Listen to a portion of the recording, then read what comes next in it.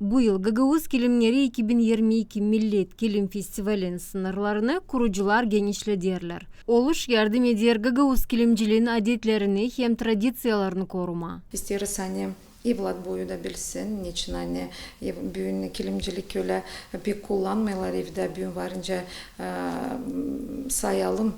Bir iki kişi kaç kar kaldı. O üzere isteriz hani genişletelim ama bakmayarak da bu işi kilimciliği hem de bu adetleri bizim halkımız sever, korur.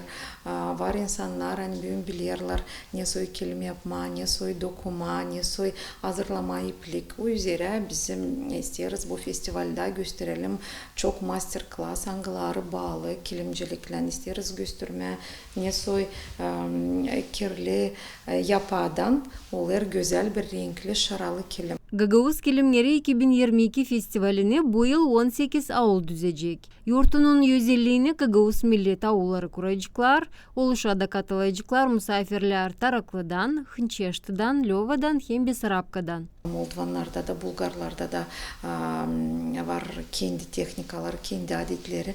Onun için biz isteriz, biz gösterelim kendi adetlerimizi, kendi teknikalarımızı, kendi masterclasslarımızı. Onlar da bize gösterecekler kendi işlerini, kendi kilimlerini.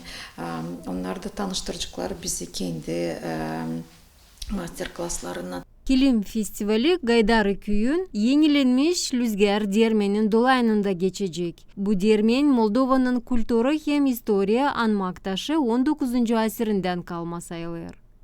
Svetlana Dimitrogla, Polina Barbova, Vlad Tabachuk, Maria Kazaku, GRT Haberler.